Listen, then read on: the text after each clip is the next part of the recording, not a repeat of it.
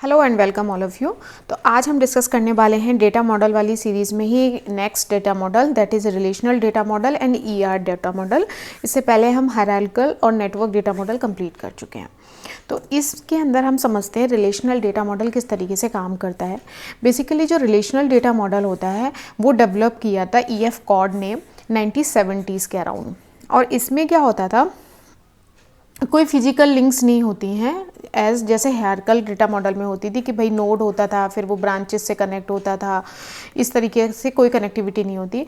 इसमें क्या होता है, इसमें कुछ प्रॉपर्टीज़ होती हैं डेटा मॉडल की कि ये डेटा मॉडल किस तरीके से काम करता है।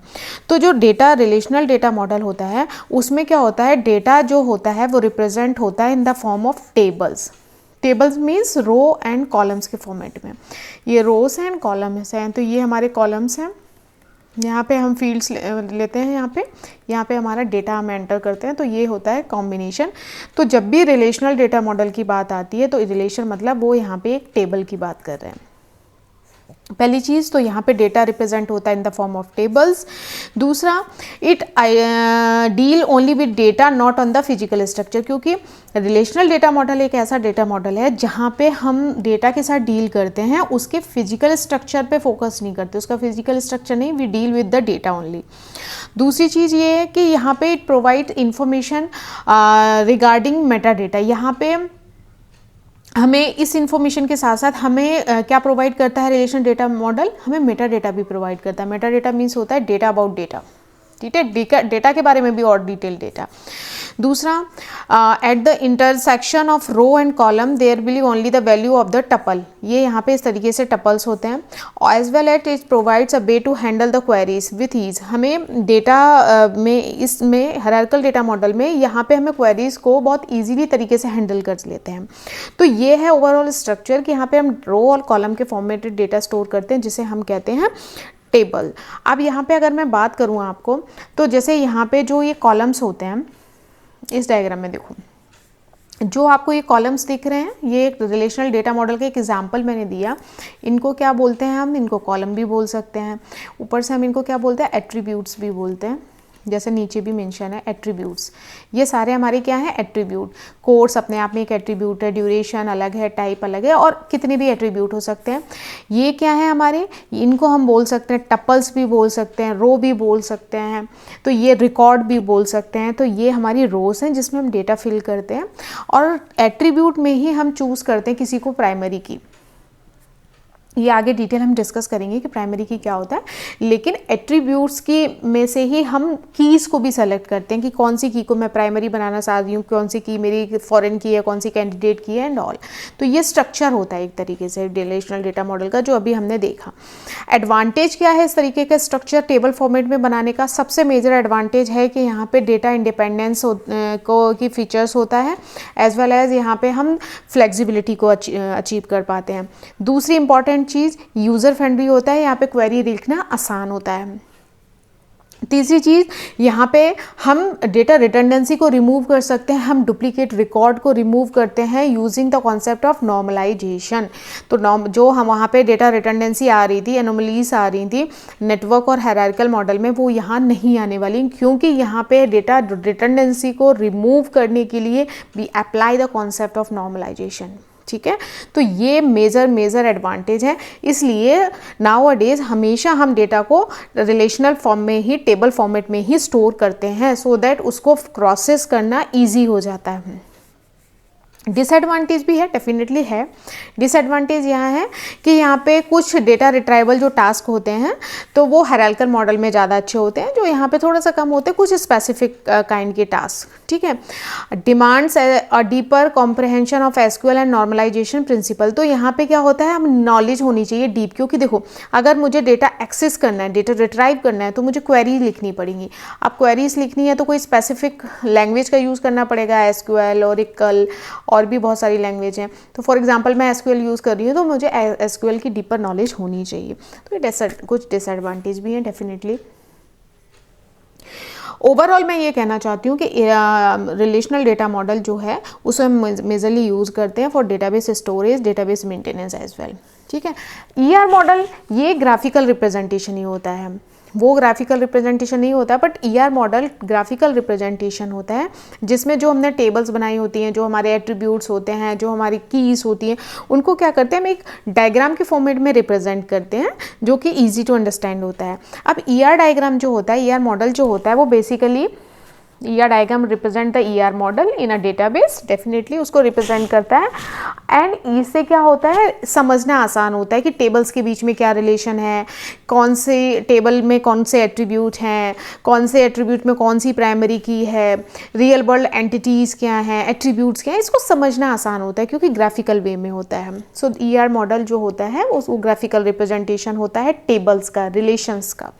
दूसरा पॉइंट, ER मॉडल जो होता है वो प्रोवाइड करता है purpose of real world modelling, जहाँ पे हम रियल वर्ल्ड की प्रॉब्लम को का मॉडल क्रिएट करते हैं with the help of objects.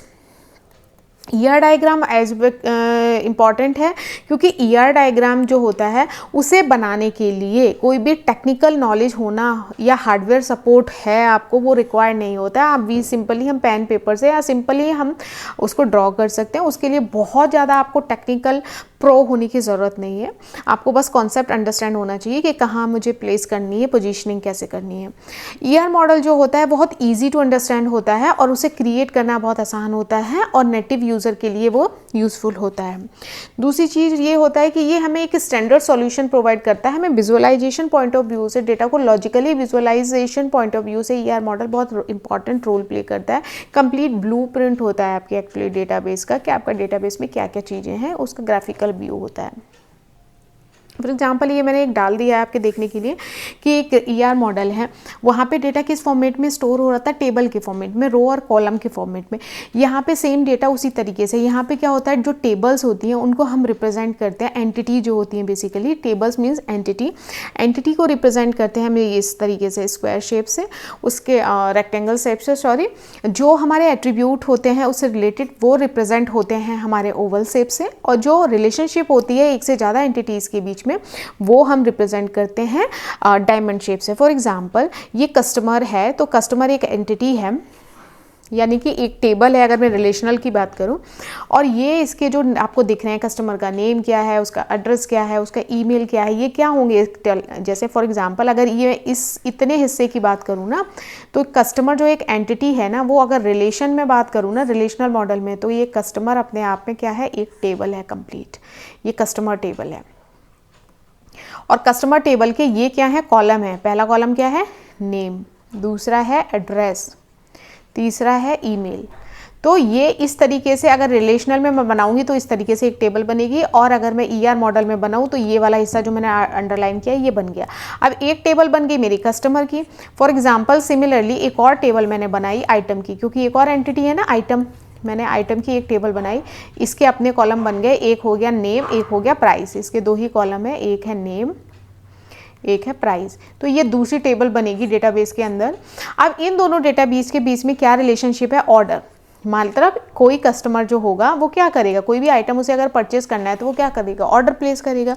तो इस तरीके से टेबल्स के बीच में क्या कनेक्टिविटी है उसको रिप्रेजेंटेशन ग्राफिकल व्यू में, इसको कहते हैं हम ER मॉडल। ठीक है, अगर आप रिलेशनल में बनाओगे तो आप टेबल्स बनाओगे, ER मॉडल में रिप्रेजेंटेशन का तरीका बदल जाता है। ये कंप्लीट ब्लूप्रिंट है आपके डेटाबेस को, इसको देख के आप बहुत इजीली अंडरस्टैंड कर पाओगे कि किस टेबल की कनेक्टिविटी किस टेबल के साथ में है और उनका रिलेशनशिप क्या है।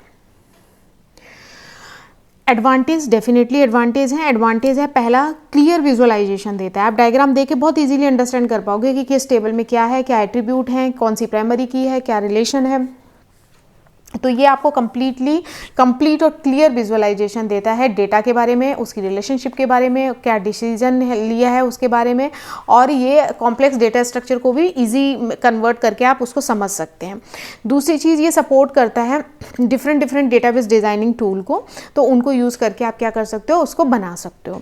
डिसएडवांटेज क्या है, डिसएडवांटेज ये है इसका कि primarily high level model that lacks the detail needed for physical design require additional work to map the actual database schemas. तो इसमें ये होता है स्कीमास वगैरह को मैप करना थोड़ा सा मुश्किल होता है, क्योंकि उसमें हम स्कीमा डिफाइन कर सकते हैं। जैसे मैंने ये समझाया था ना, इसका स्कीमा क्या होगा, ये देखो, ये जो कंबाइंड है ना, इस टेबल का स्कीमा ये है,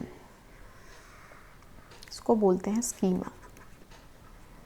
अब यहाँ तो हमने डिसाइड कर लिया, लेकिन वहाँ आप कंबाइंडली स्कीमा डिसाइड नहीं कर पाओगे, तो ये एक थोड़ा सा इसका ड्रॉबैक है कि इसका स्कीमा डिफाइन करना थोड़ा मुश्किल होता है। ठीक है, दूसरी चीज़ है कि जैसे जैसे कॉम्प्लेक्स होता जाएगा डेटा, हमारा बढ़ता जाएगा, साइज़ बढ़ता जाएगा, इसको मैनेज करना थोड़ा कॉम्प्लेक्स होता जाएगा, क्योंकि अगर आपके डेटाबेस के अंदर 5 टेबल हैं, 10 टेबल हैं, it's easy to made, but जैसे जैसे आपका टेबल्स नंबर ऑफ बढ़ते जाएंगे, उसमें कनेक्टिविटी बढ़ती जाएगी, तो इसको मैनेज करना थोड़ा सा डिफ़िकल्ट हो जाएगा, क्योंकि ये विजुअल रिप्रेजेंटेशन है ना, तो इसका साइज़ बढ़ता जाएगा, तो वो थोड़ा सा कहीं ना कहीं प्रॉब्लम हो जाएगा, या हो सकता है वो उसको बनाना मैनेज करना आपके लिए मुश्किल हो। तो ये है ER, overall ER model. Thank you so very much for watching us.